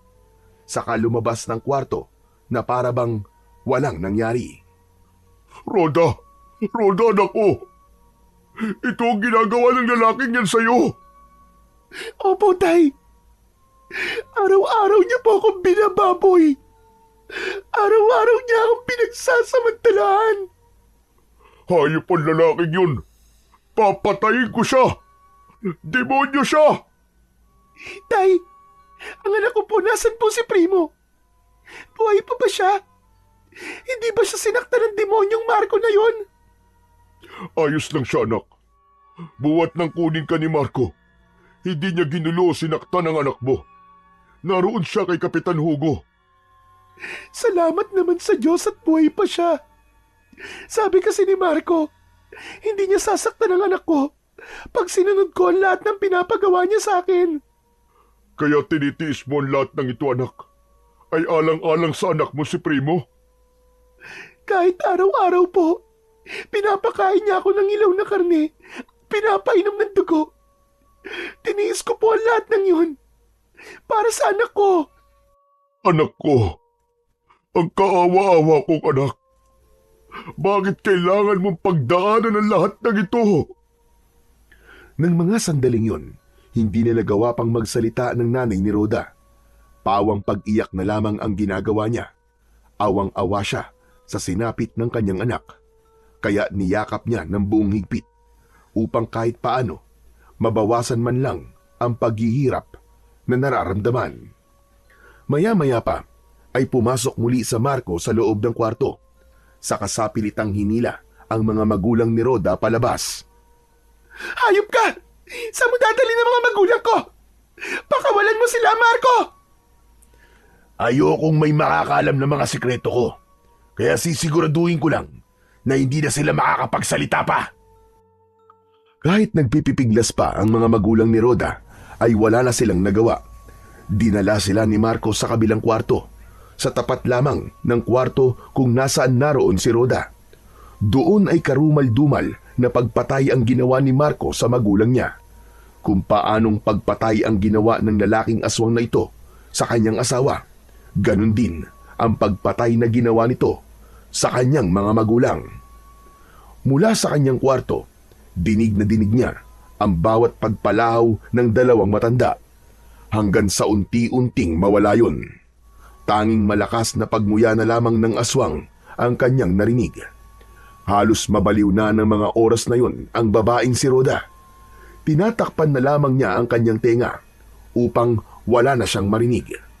Nang ganap ng tumigil ang ingay sa kabilang kwarto, tulala na si Rhoda at tila wala na sa kanyang sarili. Kakain na, Rhoda. Heto na ang hapunan mo. Tinignan lang ni Rhoda ang mangkok. Saka nahiga ito sa kama. Ayaw mo bang tikman ang puso at atay ng mga magulang mo? Masarap pa naman. Dahil sa narinig na yon ni Rhoda, napabalikwas ito sa higaan. Nanginginig ang buong katawan, saka lumapit kay Marco. Hinampas-sampas niya ang dibdib nito. Walang iya ka! Demonyo ka! Kung may higit pa sa isang demonyo, ikaw yon! Hayop ka! Bakit ba napakabigat ng parusa mo sa akin? Hindi ko sinasadya ang pagkamatay ni Mirna, pero labis-labis ang parusang pinaranas mo sa akin. Hindi ko na kaya. Kung hindi mo ako papatayin ngayon, ako ang gagawa nun. Nababaliw ka na talaga. Nang sandaling yun, pumapalaw si Rhoda na tila nababaliw na. Nang mapagod sa pag-iyak ang babae, nahiga na lang siya ulit sa kama. Sa katahimik na lumuha sa kalagayan niya. Nagtungo naman si Marco sa kabilang kwarto kung saan lagi siyang nagpapahinga. Samantala, nakaisip na ng paraan sina Kapitan Hugo at Primo kung paano sila makakapasok sa loob ng basement. Gamit ang matalas na espada ni Primo, binutasan nila ang lagusang daan patungo sa basement ng bahay ni Marco. Sa kadahan-dahan silang lumakad papasok sa loob. Tumambad sa kanila ang 3 kwarto. Isa-isa nilang pinasok ang mga kwarto na yon. Sa unang kwarto pa lang na nabuksan nila, tumambad doon ang bangkay ng lolo at lola ni Primo. Napakahayop talaga ng aswang na yan. Papatayin ko din siya. Katulad ng pagpatay niya sa tatay ko at kay lolo at lola. Pagpipira-pirasuin ko din ang buong katawan niya. Iwan muna natin ang lolo at lola mo. Balikan na lang natin siya mamaya. Hanapin muna natin ang nanay mo. Sunod nilang pinasok ay ang isa pang kwarto. Tumambad naman sa kanila ang babaeng nakahiga sa kama. Yun ay walang iba kundi si Rhoda, ang nanay ni Primo. Halos hindi na makilala dahil sa sobrang kapayatan at nanlalalim na mga mata. Maraming pasa at sugat ang buong katawan. Patakbo siyang lumapit dito. Ibinaba muna ang kanyang espada, saka yumakap ng maigpit sa kanyang ina. Nay! Nay, ano po nangyari sa inyo? Bakit naging ganyan po ang itsura nyo? Primo! Primo, anak ko! Bakit ka nandito? Akala ko, hindi na kita makikita. Narito na po ako, Nay. Ililigtas ka po namin sa aswang na yon. Ligtas na ako, anak. Wala nang aswang. Ligtas na ako. Ligtas na ako. Nay, ano po nangyayari sa inyo, Nay? Nababaliw na po ba kayo? Ha? Ako baliw? Hindi ako baliw, anak. Masaya lang ako kasi ligtas na ako. Andito na ang anak ko. Pero magtago ka na muna, anak. Dahil mamaya lang, andyan na ang aswang. Papatayin ka niya. Papatayin ka niya, anak. Magtago ka. Magtago ka. Siguro, Primo, dahil sa hirap na kanyang pinagdaanan, ay nawalan na siya ng katinuan. Ang dami ng kasalanan ng aswang na yan sa pamilya ko. Papatayin ko talaga siya kapag nakita ko siya. Paano mo akong papatayin? Sabihin mo nga. Mula sa likuran ay narinig nilang nagsalita si Marco. Ayan na! Ayan na ang aswang! Magtago na kayo! Magtago na kayo! Hanggang tuluyan nang nawala sa katinuan si Rhoda ng sandaling yun. Samantala si Primo ay muling hinawakan ng kanyang espada. Pagkatapos ay itinutok yun sa nakatayong si Marco. Nagpalit na ito ng anyo sa pagiging nakakatakot na aswang. Saka mabilis na lumapit kay Primo. Tangkang aagawin ang espada. Ngunit bago pa niya mahawakan yun, biglang lumiwanag ang espada.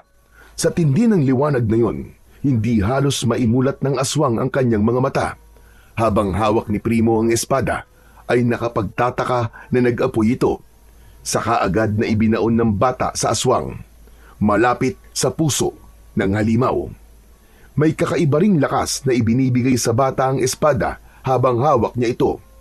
Binitiwan na ni Primo ang espada habang nakabaon sa katawan ni Marco. Patuloy na nag-aapoy ang espada, kaya naman maging ang katawan ng lalaking aswang ay nagsimula na ring masunog. Nagwawala na ang halimaw na si Marco. Hindi alam ang gagawin niya upang mahawakan ang espadang nakabaon sa katawan para bunutin yon. Hanggang ganap ng tupukin ng apoy mula sa espada ang katawan ng halimaw.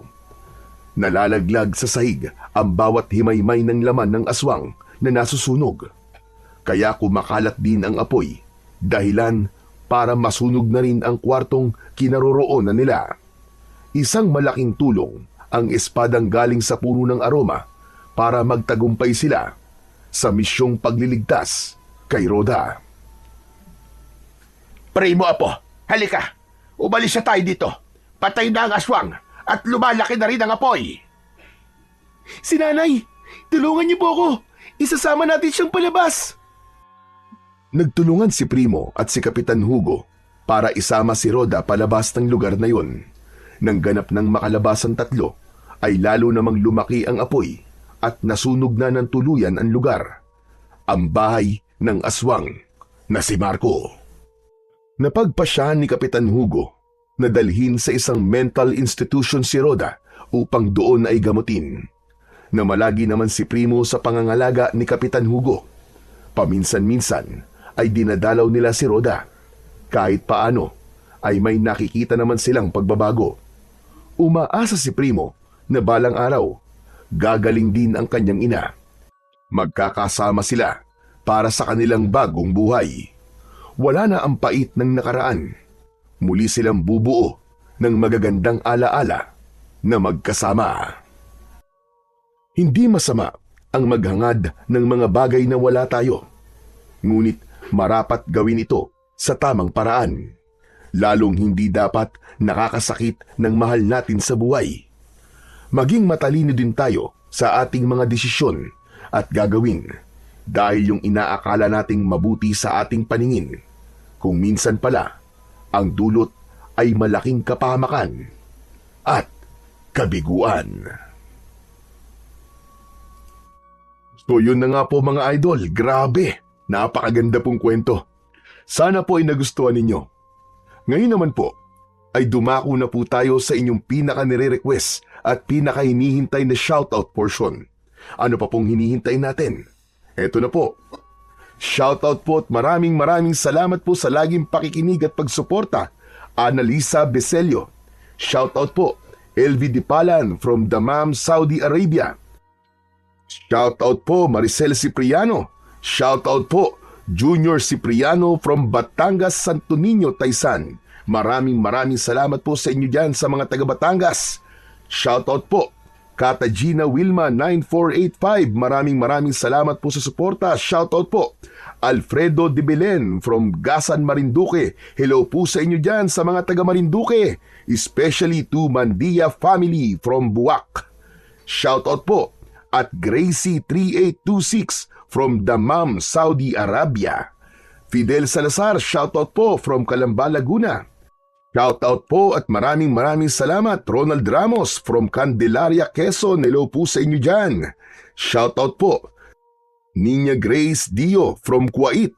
Shoutout po Arnold STV 4931 from Taguig. Hello po sa inyo dyan sa Taguig. Shoutout po Leia R1C. Maraming salamat po sa suporta. Shoutout po always Ami Viray from Binangonan, Rizal. Hello po sa inyo. Shoutout po Julian Hara from Romblon. Maraming salamat po sa suporta at pakikinig. Shoutout po Super Teamso 016 Marahaba from Kuwait.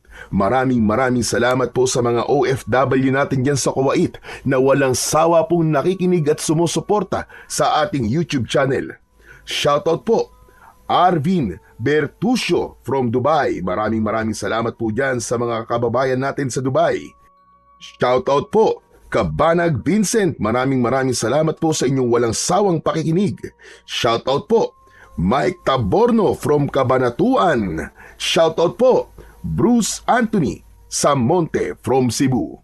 Muli po, maraming salamat po sa inyong walang sawang suporta at pakikinig ng mga kwentong aswang at katatakutan sa aking munting channel na The Voice Addict at Apong Isaac. Hanggang sa susunod pa pong kwento na magpapatindig ng inyong mga balahibo mula sa mundo ng kababalaghan.